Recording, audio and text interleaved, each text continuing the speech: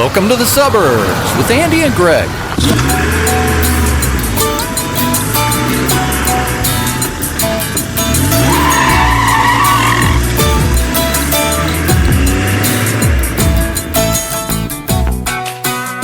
So good morning. Hey, how are you? Good. So how about up at the lake? What's the story up there? There's a void at the lake now because Coach Mike, Mr. Styrofoam burning football coach of a dude, moved. Gone. And they moved to be closer to his job, which he was fired from about 4 weeks ago. Gotta go. Gotta go and gotta go again. The life of a coach. He's got the head coach license plate. So what do you do? What about DoorDash for license plates? Do you go back to the BMV and say, just kidding, could I just get the random numbers? Can't really squeeze the word unemployed on the license plate, unfortunately. Former head coach, FRMR. There you go. FRMR coach. That they do. So that's my gig for today. I get to go up because the person in charge, the person at the top of the org chart this week, isn't doing leaves. So I'm going to burn up there, no pun intended, and do them and then come back. And then I have a conference that I'm flying to on Monday. Does doing leaves ever part of her job description? She claims it is. Does she participate? Not when I'm around. I haven't seen it. I have not been a witness. I mean, they fall as fast as they do. She could just say, I cleaned them all up. Now they're all down again. As I was doing leaves the other day, they were falling faster than I could collect them with my lawnmower. You weren't running around trying to catch them in your mouth? One by one. Just put the tarp down and let them fall into the tarp? Well, that's a good idea. A giant tarp. Honey, I need to tarp the backyard. Do you mind if we tarp the backyard? What? If you lost your mind. Well, yeah. A long time ago. What else do you want to know? So what we do is our next door neighbor, Dave, has an unattached garage with a driveway. We have this really long pile of leaves that we pay this dude to come and take them to the recycle place. And he brings this little front end loader. I mean, we have a lot of leaves by the time he gets the phone call and comes and gets them. And so I can look at that pile and know. I mean, these are all really big oak trees, so I can just look at how many are still on the tree and how many are down, although you do have some contributions by the neighbors, which my dad is really quick to point out. It's a thankless job. You're cleaning up your leaves, and then more fall, and then you get the ones from the neighbors. Just part of it. Dad, you moved into a woods. Leaves are part of it. Leaves, nuts, all the other things you complain about. Do the math. You moved into that. Squirrels. Willingly. The nuts are falling and staining my driveway. Okay, it's a driveway. It's not a canvas with an original Van Gogh on it. It's a driveway. Now, if I pulled in and I'm leaking oil, okay, complain. You know what he tried to do? He hired a company to bore little holes in the tree and then tap in this quote-unquote drug that would cause the trees to decide to not produce nuts. Really? Yeah. Such a thing? Well, or not. It doesn't work. Because he went back to the nut rant. What did that cost him? He's his own boss. I don't ask those questions. What if you can get a rebate from them? Hey, my nuts are still here. Do you make the phone call? They answer the phone. I've still got big nuts. Okay, are you sure you're calling the right place? Prank call. Is your refrigerator running? I went to a Yes concert about a month ago. Okay. And a friend of mine that went with me had been in a bicycle accident and broken his ankle. So he was in a boot and a knee scooter and or wheelchair. Fun to navigate a concert with a knee scooter. He said, I've got a wheelchair. Keep up. Wheel me in. Oh, okay. No problem. So I had bought 2 tickets, good tickets, row 9 in the center. Oh, wow. Okay. He said, I'll just sit in the back. Okay, that's fine. So you guys parted company and he went in the... Well, you would think. Okay. So we walk in and, they part in the Red Sea with the wheelchair, right in, boom, right to the back row where they have the wheelchair area. And the woman told me, see your tickets.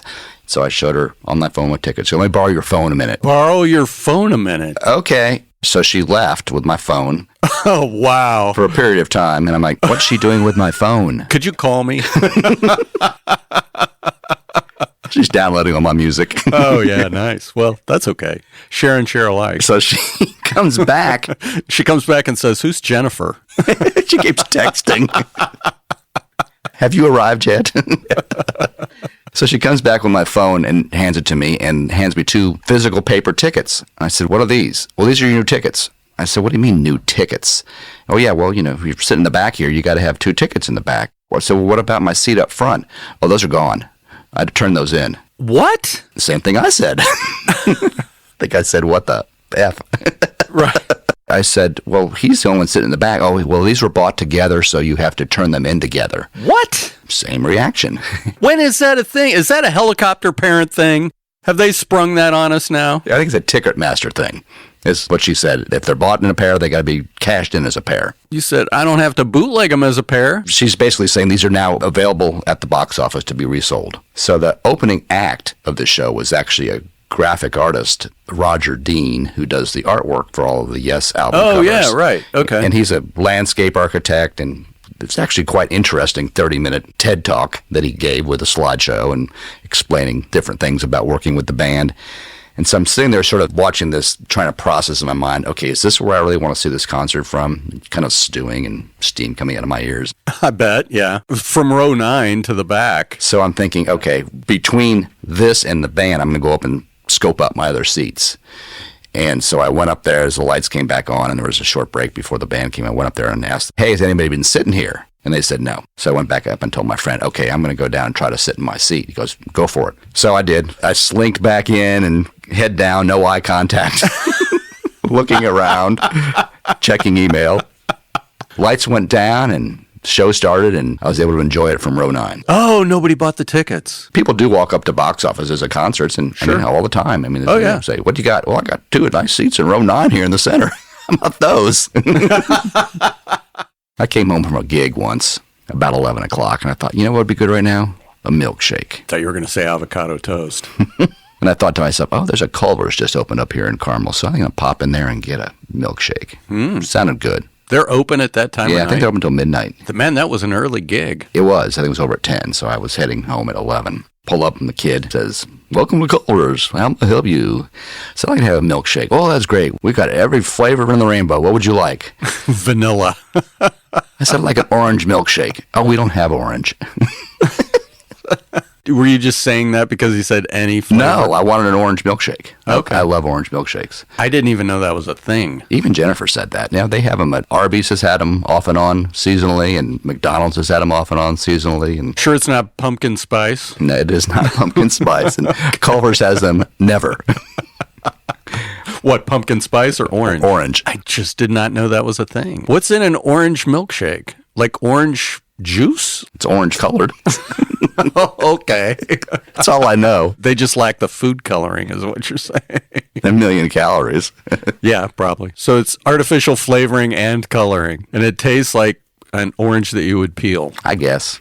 Does it? I guess. I mean, I'm really puzzled. I'm not giving you static. I've never even heard of this before. I guess if a strawberry milkshake tastes like strawberries, I guess orange milkshake tastes like oranges. I just never knew that that was a thing. You must work at Culver's. I had a friend that worked the suites at Pacer games. Mm-hmm. And you get better food. Oh, in the yeah. Suites. Oh, sure. I did a suite at the Indy 500, not during the race, but one of the days leading up to the race. Yeah, the 500 Club, I was a guest of one of my clients. It was like a cruise ship. Uh-huh. The amount of stuff laid out. Oh, yeah. Food and booze and anything. Take what you like. Nobody cares about the cars. They're just in there to schmooze and eat food. Right. It could be the Daytona 500 for all they care. They're not paying attention to the cars. What's all that noise out there? Right. Could you tell somebody to turn that down? Is that a leaf blower? What is that? Those neighbors, man. Somebody's got the loudest lawnmower ever. So Keely and I have this patio that we love in the summer months. I've actually thought about having another coffee maker to set up to just like perk coffee on the weekends if she's off and I'm not doing mom duty, to just sit out there, and I've got it on a timer, and I just go out and sit and enjoy the patio. And so we would have dinner out there. It never failed. Our backyard neighbor has one of those industrial 0 turning radius stand on it Like a professional. Yeah, a lawn maintenance lawnmower that I think he took the muffler off of. And so we would go out there to eat, and all of a sudden it sounds like a jet is landing in the backyard.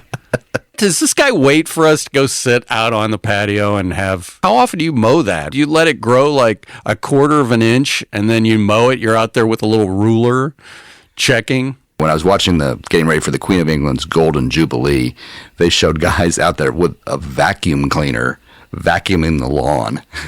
They weren't mowing it. They were like a shop vac type? No, like a regular vacuum cleaner. You're kidding me. They were vacuuming the lawn. Imagine that job. Come over here, Bill. I've got something for you to do. Wouldn't you go vacuum the lawn? I think they probably had cut the grass, and then they were vacuuming up the clippings. And then they've got probably white labeled, branded Queen vacuums.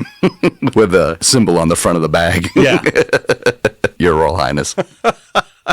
Not even sure what we were talking about before. Orange milkshakes. When did you get started on orange milkshakes? I think when Arby's started offering them. Okay. I've learned a new flavor. You were talking about that lawnmower in your backyard. So when we woke up the morning of our anniversary in Costa Rica, somebody was vacuuming your yard. They were cutting back the shrubbery right outside of our room for hours. Because it's a rainforest and that stuff grows overnight. Yeah. You can only imagine. The groundskeeping crew there stay very busy. They weren't with a leaf blower. They were actually just cutting back the hedges all around our room all morning. You open up the curtains to see a python swallowing the greens crew. Yeah. So that was like, oh my gosh, how long is this going to last? And then the next day we were walking up to breakfast and we see that same crew out in front of another building. It's like painting the Golden Gate Bridge. Oh, yeah. As soon as you get done, you start again. Oh, yeah. You can loop around. Oh, I could hear my dad right now. These damn trees! Well, you moved into a rainforest, Dad. You know, if this rain would ever stop, you're in a rainforest. I know I am, but I cut the heart out of it. I didn't expect it to grow back. I use a 50-gallon drum as a rain gauge. We were down at Anne Marie Island last summer for a week. It was for my parents' 65th wedding anniversary. We went down and spent a week with them. Jennifer and I went to dinner at one of our favorite restaurants out there, and it was super crowded. It was right during sunset, and it was a really nice evening. And as the sun was coming down, I went and take some pictures, and I came back. And then Jennifer, I think, went down to the water's edge for a minute, and the waitress brought the bill. So I stuck my credit card in the top and put the thing up like you're supposed to do, and a gust of wind came, blew the thing over. And I looked down, the credit card's gone. Oh, you're over the water? No, it's a wooden deck with slats between all the boards. So I looked down, no credit card. And I thought, F. And so now I'm down on my hands and knees with my phone flashlight, looking like down in the cracks to see if I see it, knowing that I'll never get it back. Got to cancel the card. It's in a snook's mouth. It bounced and gone like to the leg of the table. Oh, okay. And so it was not lost, but since it went straight down, I thought it went right through. Oh, yeah. And so she sees me on my hands and knees, like, what are you doing? Oh, I thought she was going to say something like, now you're getting it. Now you know your role. Bow to me, Your Highness. Ask Greg how to spell that. You are hyphen. So have you lost a card? Probably. Must not have been too emotional because you can't think of that. Have you had that happen to you? I was attending a business networking event that you had to pay for. The networking event got hacked, and they took all the credit card information from everybody that attended. Mm-hmm. So the credit card company called me and said, have you been buying tennis shoes in Atlanta? Or maybe golf shoes from Taiwan. I said, no. And they said, okay, well, we have suspicious activity on your card, so we're going to cancel your card and issue a new one. That is the time. That is the one time. We were in Mexico 5 years ago. So we're in Mexico. We flew into Puerto Vallarta, which is on the west side, and then we went to a small, almost island, peninsula. The road to get to the peninsula was basically the only finger of land to get to this area, and it was called Punta Mita, and it was private. That's private in Spanish? No, I have to look it up, because there's a lot of puntas around, all around Central America and South America. Yeah, and sometimes you have to get a shot because of that. Too much punta. Yeah. We actually had to clear 2 security gates to get back to the house we were staying in. I thought that was Carmel. I passed through security gates. That's because I'm the riffraff in Indy, though. We were at a silent auction, and Jennifer and one of her girlfriends bid on a week's stay at this house. It was $10,000. and we took 4 couples. We all split it 4 ways, so it was $2,500 per couple. What'd the silent auction benefit? The Humane Society. Oh, nice. Okay. When they were trying to sell this thing, they said it usually rents for $25,000 a week. Wow. And the bids were bubbling in the 500. People weren't ponying up, and finally Jennifer throws her paddle up and says, $10,000. People started choking. Me. She told me to leave my credit card at home so we wouldn't get into trouble. In the moment, her friend Amy paid for it. You got the comma wrong. The house was laid out, so all the bedrooms were all split apart, and there was a big common area. There was a cook that came in and cooked breakfast every morning. There was a housekeeper that made the Frittatas. beds. Awesome food every day. Unbelievable breakfast spreads every morning. Wow. We were on a golf course. Orange milkshakes. There was no orange milkshake. Oh, my gosh. Very disappointed. I am telling you, for 10 grand, you need an orange milkshake. We had golf carts, so we could take the golf carts in and out of the compound down into town. And we were heading out, I think our last day, and as we were coming out of the compound, we see these 2 pickup trucks. With a machine gun mounted in the back? With machine guns mounted in the back. Oh, my God. Are you kidding me? And the guys standing around in full gear, policia on the side of the trucks. And we're thinking, that's weird. I didn't read anything about paintball. The activities. The next day, as we were heading out, we were telling our driver about this, and they said, oh, yeah, the president of Mexico has a house on the island, and he was there, and that was a security detail out front. Toyotas with machine guns. White pickup trucks with machine guns mounted on the back. He's behind bulletproof glass. They're just sitting there out in the open, but they do have a machine gun. I think he was the lame duck president because January 1, he was out. So I think he was just laying low. He was vacationing before they cut his head off. Before the execution. Ever tell you about the time Jennifer left home? Without Gabe? No, her home in Illinois. Oh. This is when she was in high school. Like got mad and just left for a little while? Forever. Oh. She lived with her brother and her mother, and her brother she calls the devil. Okay. And she had had enough of the devil. And so one day... Okay, wait a minute. Back up. So to add context to this conversation, her brothers and sisters were like way older than her. Then she has a brother that was 2 years older than her. Okay. And then all the other kids were long gone by that point. And so her and her brother and her mom lived together. And she had had enough. And so she got one of her girlfriends who had a pickup truck to come to the house when her mom was at work. Machine gun in the back? Well, there was. No, just a shotgun in the window.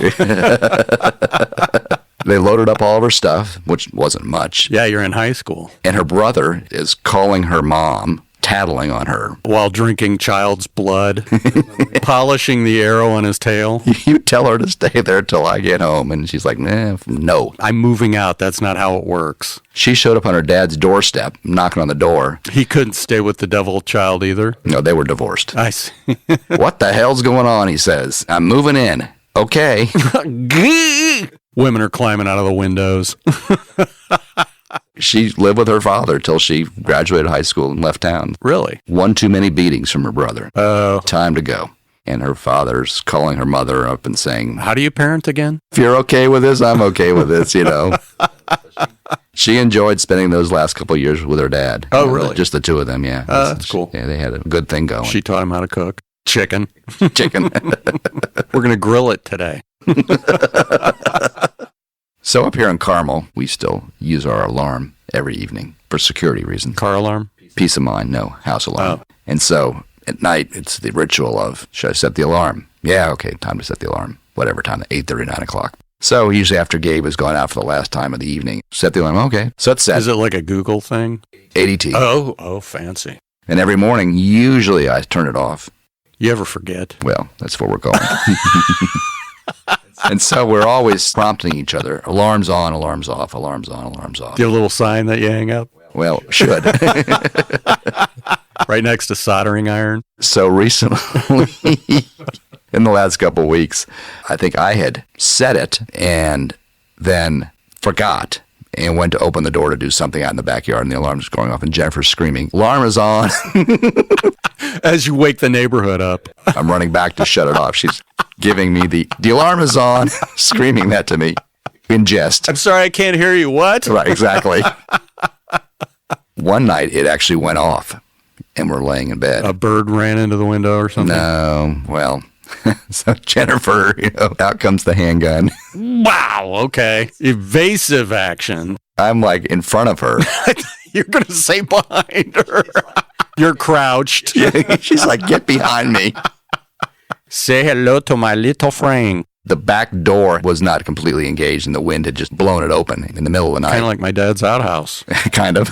That's not a sound that you want to ever hear when you're sleeping, is your house alarm going off. Right. And then good luck getting back to sleep. What time of night was this? Like 3 or 4 in the morning. Oh, yeah. I'm toast for the rest of the night at that point. Who took the blame for the door? It was ajar, slightly ajar. It was just a phenomenon. So there was no blame cast, no finger pointing. None. Just the gun. Just the gun was pointed. Hi, this is Andy. If you enjoyed listening to our podcast, please be sure to subscribe and share. Remember, laughter is contagious. Help us spread it by telling a friend.